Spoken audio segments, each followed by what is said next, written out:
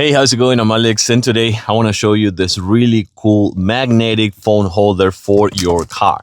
I have mine right here. I'm going to show it to you in a closer look already. I installed it right here, and I think this is really cool. If you, for example, let's talk about having a retractable cable like this one, you can just plug your phone there and put it to charge, either if it is for the GPS or just watching movies, not while driving, of course, in the passenger seat. I'm talking watching movies or something like that. So the other thing I like is that it also comes with the adhesive magnetic rings for your phone in case that you don't have a MagSafe. You can actually put this one on your case and make it to be magnetic. So the wireless charging will only depend if you have that cable and you can actually plug that cable. It also comes with the platform that you can actually add and put it right here on the windshield or right here on the actual console. But I do like that this one, let me show it to you in a closer look. So it comes with an adhesive pad and also a suction cap. So with both of these ones, you can see that this one is not moving, like the base is not moving. It's locked right now. By the way, you can put it in this direction or to the other side. I had to put it like this right now